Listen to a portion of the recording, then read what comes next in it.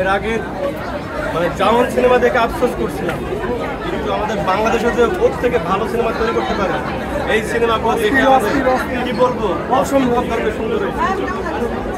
আন্ডারউডি শাকিব খানের best movie. Bangla movie আগের থেকে অনেক এনগেজ করছে, এটা দেখতে মাস্ট নিয়ে আসতে হবে।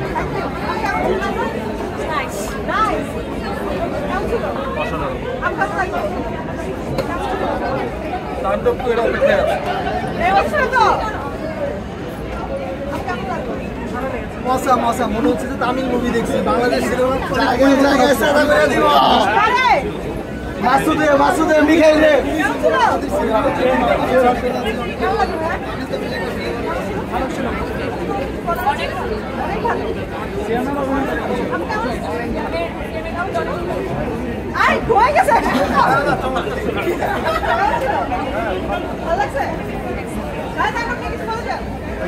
ভালো